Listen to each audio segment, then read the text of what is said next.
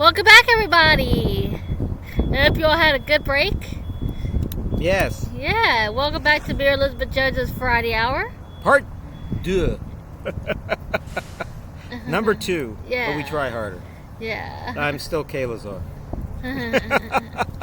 Now, tell me, how you enjoying your summer? Good, really good. Now, Yeah. do you have anything on the horizon, as they say? Yeah. July's almost finished. Yeah. No, it's coming August, so. Yeah. Yeah, my dad and I are going to the beach in August, in the middle of August. All right. And I'm doing a show at the end of August called The Miles Taylor's Tales. So. Well, I gotta go see that. Yes, Gotta go definitely. see that. Yes. And what else? I am. I don't have a whole lot to do. I'm going to be in a play, Little Women. Yes. And I think I told you, Mr. March, and I told the director, my friend Tracy. I said to her, how come I haven't gotten the script yet? She goes, I thought I already sent it to you.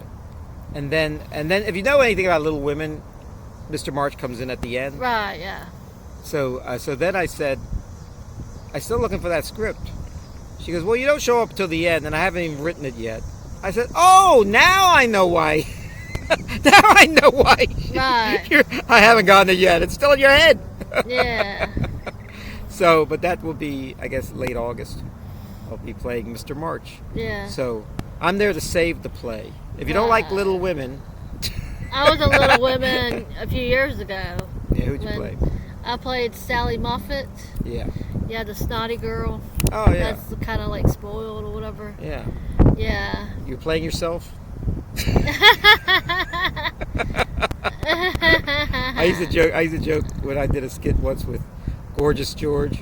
We were doing like a King Arthur skit, and he played the jester. Oh. I said, and now it's time for a skit, The King and His Fool,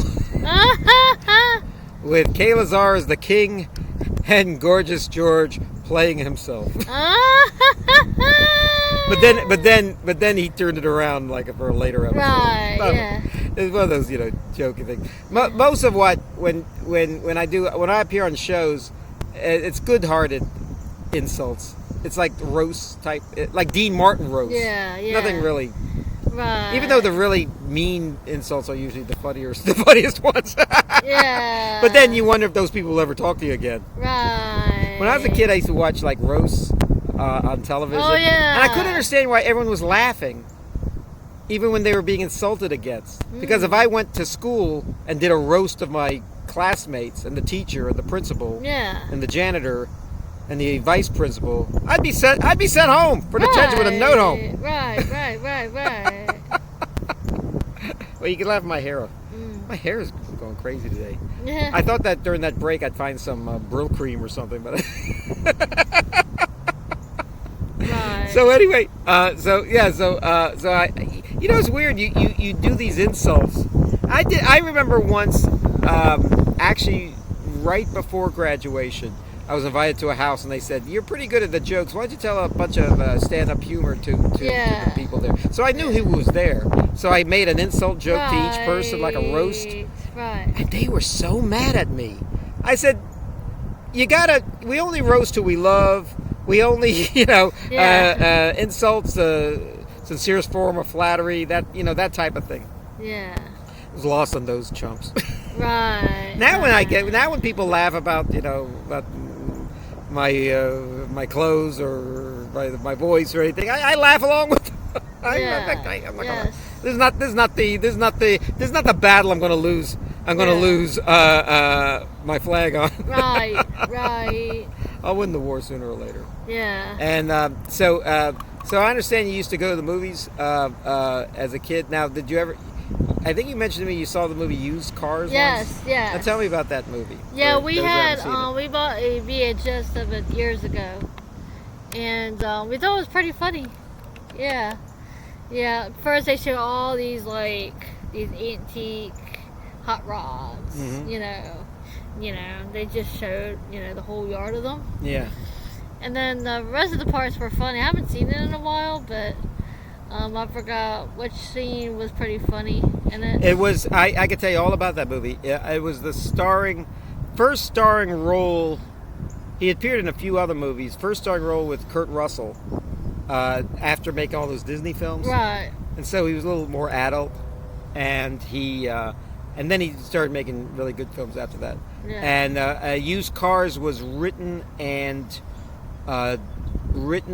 directed by Robert Zemeckis and Bob Gale, Right. who had previously made a film called I Want to Hold Your Hand about the Beatles. Yeah. And that was really good. Yeah. And they had really good scripts. They were almost like Seinfeldian, where they all kind of collapsed on each other, and every little detail that was mentioned earlier came to fruition at the end of the story. Right. I remember if I remember right, in Used Cars, they had to transport something like 10,000 cars or 1,000 cars in like one day. Yeah. And the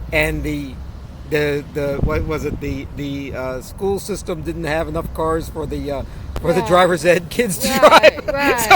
So they found a way to get all the kids to that lot to drive the cars all the way there, so they could get the cars there. Yeah, and that was part of their curriculum or something, and it all worked out, everything like that. And then I think Jack Warden was in it. Yeah. He was this owner. He played there were two owners. He played a dual part, and that movie was so good. It was Used Cars. Yeah. And Robert Zemeckis and Bob Gale. It's really funny too. So.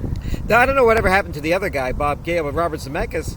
They both started writing scripts for Steven Spielberg, and he produced a lot of their films, and then it all came to great head with Who Framed Roger Rabbit and Forrest Gump and the Back to the Future movies. And Robert Zemeckis still makes fine films, very good films. Actually. But that was Used Cars was the film, and do you remember the musical Xanadu? Yes.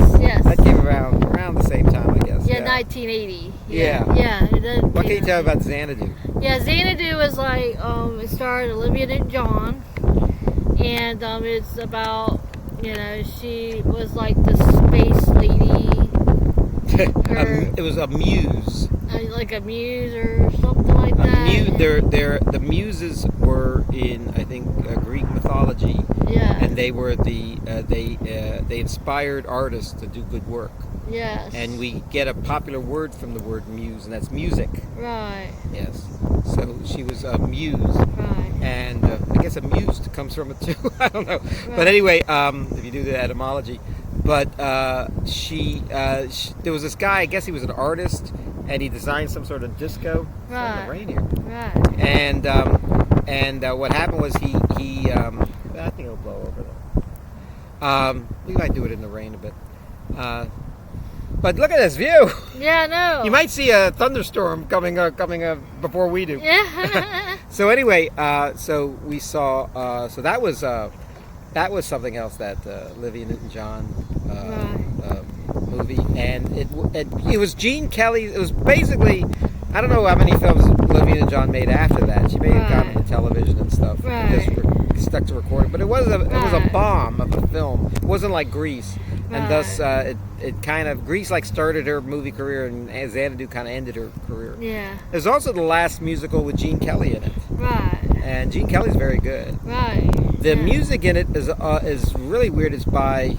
I forgot Gene Kelly was in the movie. Yeah, Gene Kelly has a big part. Now Gene Kelly, and he's good, and the ELO did all the music for him. Oh yeah. Jeff yeah, Lynne. Yeah. Now it's important to note that when ELO had their greatest hits album, they did not mention any songs from Xanadu on there. Right. In a way, I guess maybe they were ashamed of them. Yeah. But I think on Olivia Newton-John's greatest hits, there are Xanadu songs. Right. I have her hits right here. Yeah, I have an Olivia Newton-John album too. So. This has all her hits. Yeah. Not all of her hits. She was good If on You Grease Love too. Me. Yeah. There's no Grease songs on here, but Magic is on there, and Suddenly. Yeah, I like that one. They're both from. They're both from Xanadu. Yeah. But all the other songs are not. Right. In fact, I don't remember, other than Olivia Newton-John singing a couple of songs. Most of the songs were sung by ELO off just on the soundtrack. It was a real 70s disco movie with lots of colors and. Yeah. I remember liking it a lot. Yeah, it was a beautiful movie. I think people do like the movie, it's just that the critics didn't like it, and I think a lot of people told their friends it's not worth it. Yeah. So, but Olivia and John. Yeah, Was, right. Have you ever seen Olivia in person or anything? No, I haven't. She would come to like the amusement parks nearby to perform, but I've never seen her. No. Yeah. You always hear about Olivia, all these troubles she has. Like she survived cancer. Yeah, she had breast cancer. And her husband disappeared. Yeah. And then they found him, not dead, but living with a different woman in Mexico or somewhere. Right. And then people taking her money. And I think she's married a few times. One of her husbands was a really young guy, Matt Latanzi, who was in a lot of these stupid teen movies in the early 80s. Some of these women should never marry guys too young enough to be their sons. They can have them as boyfriends.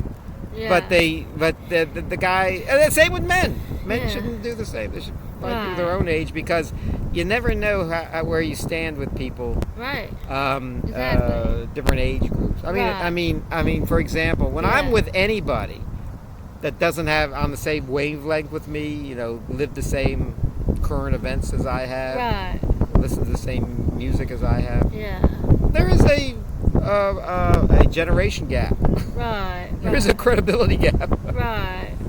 And that happened to Olivia Neutron. Yeah. Olivia Neutron-Bomb, as we used to call her. Olivia Neutron-Bomb. Yeah. So. Yeah. And I never had a chance to see Olivia, but Olivia's still around. I would like to. She might still be around. Yeah, I mean, she might still be performing here and there. And what else? Also, I've been listening to. You ever seen Ricky Scaggs? Yeah, Ricky Scaggs. Yeah. Ricky Scaggs. Ricky Scaggs was a popular country singer. Yeah, he was a country singer in the 80s. Yeah. And he came out of nowhere, it seems, but he was actually a protege of Bill Monroe. He's really good. And he actually played in the Johnny Cash band. You see him on some of his albums. Yeah. But Ricky Scaggs has this wonderful voice. Wow. And he's very great. He's one of the great musicians. He has albums of bluegrass music where he just plays bluegrass. No, not even any singing. Yeah. He had a few hits. Like his first couple albums, he had songs like "Don't Cheat in Our Hometown" and "Uncle Pen" and "Country Boy," "Cajun Moon," "Honey, Open That Door." Right. A really good song, "Heartbroke." Yeah. By Guy Clark, another great country singer. Yeah. And I saw he came to Ireland when I was there. Really, the top of his form was when I was living in Ireland. And he came to Ireland to perform. A lot of my friends there, I worked for a country music DJ radio station, and I was a DJ there. And so I bought tickets for my aunt and uncle to see him, and I babysat their kids, thinking they didn't get out so much. And they were very nice to me. And so I got them tickets to see Ricky Scaggs. They had a wonderful time. A lot of people, and from what I gather, and I never saw Ricky Scaggs until I went back home to America, and I saw him twice. I saw him in a free concert in Richmond, and then I saw him as part of a music showcase. It was Ricky Scaggs, George Strait, and Merle Haggard. I think Ricky Scaggs was in the middle. George Strait came first, and Merle Haggard was the headliner. And that was a wonderful night of music. Those three, but Ricky Scaggs was very could do almost anything. He could. I mean, he's been on Saturday Night Live as a musical guest, and he's a few times. And he also, but he really is a country music guy. He goes right down to the roots of bluegrass. Wow. And Ricky Scaggs is. Let's see, what else can I tell you about Ricky Scaggs? Ricky Scaggs, I read a very bad article about Ricky Scaggs. There are two things: that he wasn't very good to his first wife, and then his first wife and their son got shot in a car. Wow. And he's been married for a long time to the lead singer of the Whites, which is a family of singers. Yeah. And so when you heard that his wife got shot, you thought it was Mrs. White, Sharon White, but it was his first wife and with his first family. He had he had a lot of problems with his management and everything. Yeah. And he he was kind of exposed as a bit of a hypocrite. Yeah. The way he behaved in person and how he how the friendly way he was on television and concerts and all. Right. But I never got a chance to meet him. The most I came close to Ricky Scaggs was he drove by after a show. I saw his limo and everyone was waving at him, and he just took his head out and waved at us on his way out. But that was about it. Yeah. So I didn't have any bad times with the band. But Ricky Scaggs came at a time when I was really into country music. Maybe one of the best times for country music. It was hi, how you doing? We already know about the thing over there. So thank you very much. We're doing a show. How you doing? Watch it on the internet. Right on. So anyway, so we have an audience here, and so what happened was there was like a Katie Lang and Dwight Yoakam and I like Dwight Yoakam. yeah, I mean they're all great, and Lyle Lovett, Ricky Skaggs, Randy Travis. He was probably the best he's one good of them too. all. I like him. I mean, there was all George Strait. They were all good, and then you had the old guys still around, Johnny Cash and Chris Christopherson and Waylon and Willie and all those guys, Roger Miller. They were all there. So people we've talked about on the show before. So I was really just awash in the love of country music. Yeah. And it's still good, but those were really the days. Yeah. And luckily we have their records and everything. And Yeah. I would watch what do you call it? What's that show? It was called Austin City Limits. Yes, and see that was all a good show. And see Austin all City. that. Now I don't know. Now I don't Austin recognize half City. the people on Austin City Limits. there. Okay, and then last we'll mention is I got this album. I got all these albums. You're gonna like this one, okay? Yeah, Yeah. Porgy and Bess. Yes, I love that soundtrack. Yeah. I Now, have the record of it at home too. now we all have records of Porgy and Bess, and we all have heard the music of Porgy and Bess. This is a really strange album. I bought it only because of the people that are on it. You don't even see their faces on the album. It's Ella Fitzgerald and Louis Armstrong. I think it's actually from 1958 on Verve Records. So I guess they're both in the twilight of their careers. They were, they still lived to older age, but they had already had their big hits behind them at this point. And Ella Fitzgerald from Virginia, Yeah. from Newport News. Yes. Yes. Louis Armstrong, it goes without saying. Yes. And this is a kind of strange album, is that it has an orchestra backing them. Like the same orchestra you would probably hear if you saw the performance of Porgy and Bess. But then you had Ella Fitzgerald singing all of Bess's parts. Yeah. With that wonderful voice she has. Yeah. But then you get Louis Armstrong. Yeah. It's kind of weird. I have a version of that. It's got Sammy Davis Jr. and Carmen McRae. There, yes. Yeah. Yes. And that's a really good version as well too. Most versions of Porgy and Bess are like an orchestra. Yeah. Are like symphonic, like an opera, which is what it is. They usually have very deep voiced, usually black singers or sopranos playing Porgy and Bess, and then all the other characters. They made a movie with Dorothy Dandridge and I think Sidney Poitier, and they dubbed them all because even though their singing was fine, it wasn't up to the operatic standards. Now I see this movie, all right, Porgy and Bess, and you can get it on YouTube, and we'll put it in the comments. The crazy thing is that it wasn't until I saw the movie, and this is only like 2 years ago, that I realized I had never seen Porgy and Bess before. Have you ever seen it? I haven't seen it, but the music's great. Yeah, okay. PBS sometimes puts it on Yeah, with okay, new people okay. performing it. Leontine Price or Yeah. William Warfield Yeah, I like her or too. Paul Robeson or somebody Yeah. in the day. Leona Mitchell, people like that. But I never really knew the story of it. Yeah. The story is quite interesting. The story is about a man who falls in love with a woman, and they have to get out, and they have a little rough time in this area in Catfish Row, South Carolina. Wow. Yeah. So what happens is the whole story is them trying to get to New York City, and so they can live on their own and be happy. But all the songs are so great, and I knew all the songs in it. Bess, You Is My Woman Now. Yeah. I've Got Plenty of Nothing. A lot of people, a lot of times staging Porgy and Bess is kind of controversial because of the dialect, the black dialect. Yeah, and summertime. And the living is easy. Fish are jumping, and the cotton is high.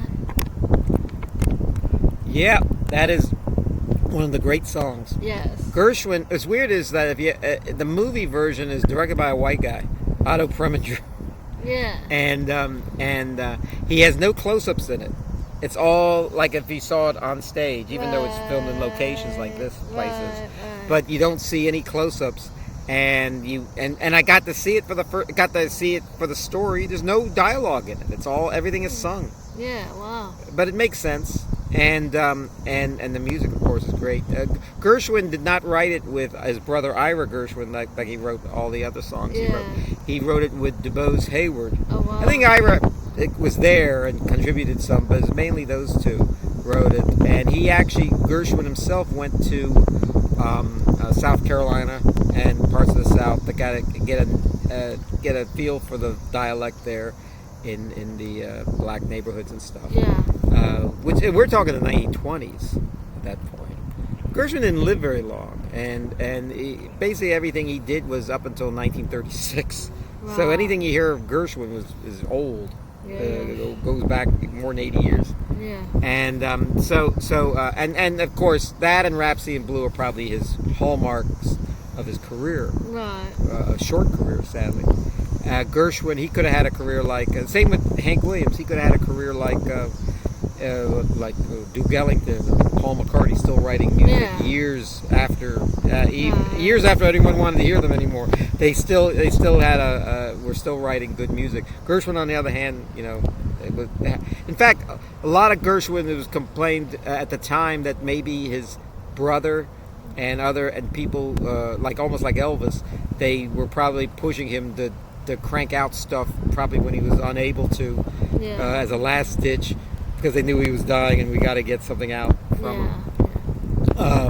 So that was but Porgy and Bess, obviously you might hear white people sing songs here and there, like us singing Summertime just now, but for the most part, when you see the show, it's all black people, all African Americans. It's all even the extras are African Americans. Oh yeah. Because there's no real white people in the realm of that story. It's a rather controversial story because a lot of times these musicals that are meant to highlight Negro life of the day, like Showboat and this one, and Porgy and Bess are now considered politically incorrect or controversial or something, when actually they are the best versions of what was created to highlight black artists. Right.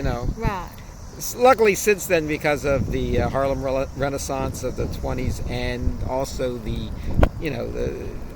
rock and roll, jazz, all this stuff, even country music has now a lot of black performers. Yeah, like Darius Rucker. Yeah, he went from rock and roll to country. I know. Yeah. Yeah. He's still good. Right. He's good. Yeah. So that was good. That was good. Now, thanks for having me again, and thanks for bringing me here to this wonderful view. Maybe you could take a look. All this going on. Isn't that beautiful? Yeah. Looks like we're up on the mountain. Yeah. But except we're on a hill, so. Yes. Yeah, so. Well, you look nice. We're both matching blue. Yeah. Blue, my world is. Yes. All right. Well, thank you for having me. No problem.